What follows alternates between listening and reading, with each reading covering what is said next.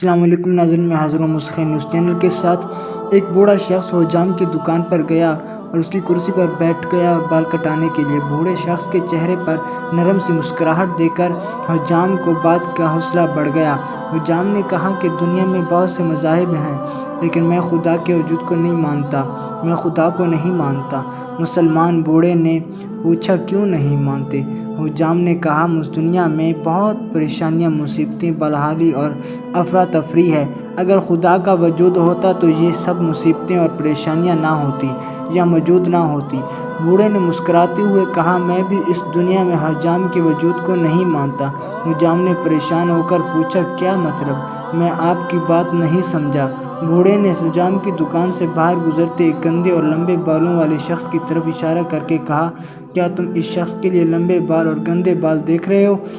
حجام نے کہا جی ہاں، لیکن اس کا میری بات سے کیا تعلق؟ بوڑھے نے نرم لہجے میں کہا اگر حجام ہوتے تو لمبے اور گندے بالوں والے لوگ بھی نہ ہوتے۔ حجام نے کہا ہم موجود ہیں، لیکن ایسے لوگ ہمارے پاس نہیں آتے۔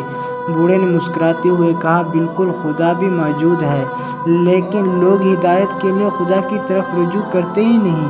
اگر یہ لطیفہ ہوتا تو ہر کوئی شیئر کرتا۔